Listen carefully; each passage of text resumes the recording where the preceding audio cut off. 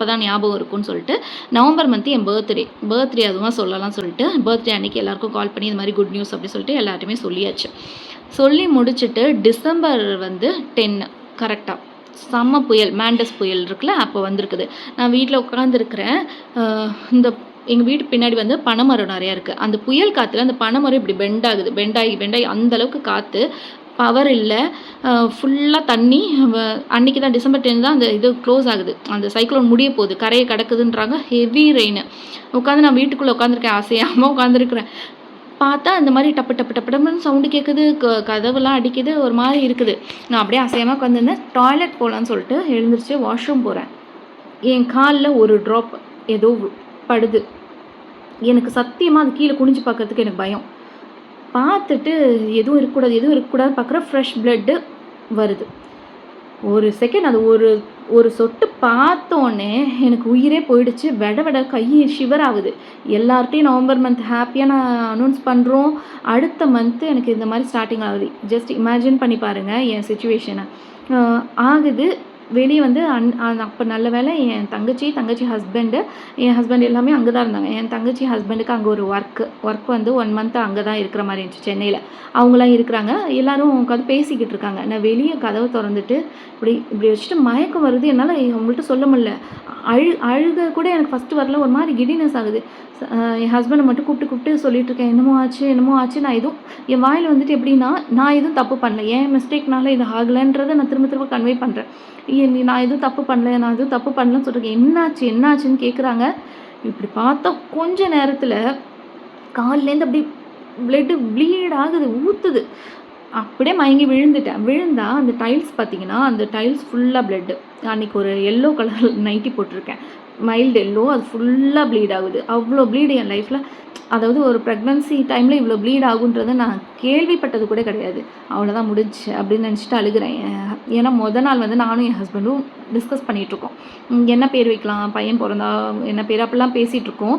என் husband சட்டையை பிடிச்சிட்டு அழுகுறேன். நான் விடு, அவர் கொஞ்சம் போல்டாக இந்த மாதிரி காட்டிக்கிட்டாரு. ஆனால் அவருக்குள்ளேயும் கஷ்டம் இருந்திருக்கும். ஆனால் என்கிட்ட எதுவும் எக்ஸ்ப்ரெஸ் பண்ணல. அவர் சொல்கிற விடு, நீ ஃபஸ்ட்டு அழாதன்றாரு.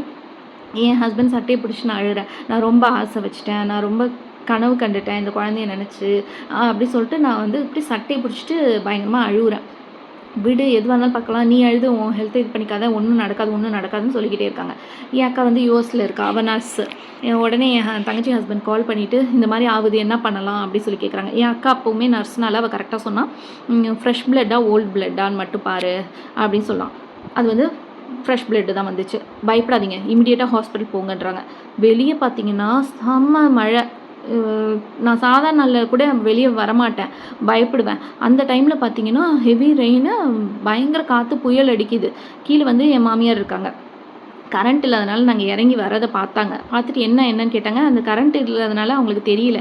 நாங்கள் சொன்னோம், இல்லை சும்மா செக்கப், வயிறு வலிக்கிற மாதிரி இருக்குன்னு சொல்லிட்டா. ஏன்னா அவங்களாம் ரொம்ப பயந்துருவாங்கன்னு சொல்லிட்டு மாமியார்ட்டையும் சொல்லலை. இல்லை இந்த மாதிரி அவளுக்கு பெயினாக இருக்குன்றா, நாங்கள் சும்மா என்னன்னு காட்டிட்டு வந்துடுறோம்னு சொல்லிட்டு இப்படி சொல்லிவிட்டு நாங்கள் கிளம்பிட்டோம். பகலில் பார்த்தீங்கன்னா நான் அந்த படியில் நான் இறங்கி வந்திருக்கேன்ல, அந்த படியில் எல்லாம் ட்ராப்பாக பிளட், அவ்வளோ ப்ளீட் ஆகிட்டுருக்கு. உடனே அவங்களும் நான் வரட்டுமான்னு கேட்குறாங்க. அவங்க பெரியவங்கள பயந்துருவாங்கன்னு சொல்லிட்டு நாங்கள் எதுவும் சொல்லிக்கல, இல்லை நாங்கள் மட்டும் போயிட்டு வந்துடுறோம்னு சொல்லிட்டு காரில் ஏறினோன்னே இறுக்கி கண்ணை மூடிக்கிட்டான். எனக்கு என்னென்ன கடவுள் வருமோ எல்லாருக்கிட்டேயும் நான் வென்றேன். ஒரு வேளை அது எனக்கு ஃபுல்லாக ஹோப்பே போயிடுச்சு.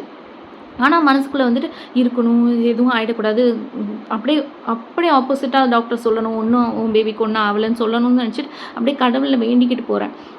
நாங்கள் பார்த்தது பார்த்திங்கன்னா மடிப்பாக்கம் அஞ்சகா hospital. Doctor Misha Selva clinic வச்சுருக்காங்களா, அந்த டாக்டர் தான் பார்த்தோம். எனக்கு அந்த டைமில் ஒரு கடவுள் மாதிரி இருந்தவங்க. இப்போ வரைக்குமே அவங்களுக்கு எதாவது சொல்லணும்னா என்னோட கடவுள் தான் சொல்லுவேன். ஏன்னு சொல்கிறேன்னு கேளுங்க. ட்ராவல் பண்ணி போகிறோம். டாக்டருக்கு இமீடியட்டாக நான் கால் பண்ணிட்டேன் இந்த மாதிரின்னு சொல்லிட்டு.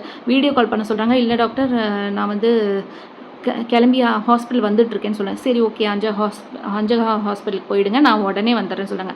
அவ்வளோ மழையிலையும் அவங்க வந்தாங்க. அவங்க வந்துட்டு இந்த மாதிரி அதான் ஃபுல்லாக சொல்கிறேன். அந்த ரோட்டில் பார்த்தீங்கன்னா ஃபுல்லாக மழையில் நல்ல தண்ணி நிற்கிது.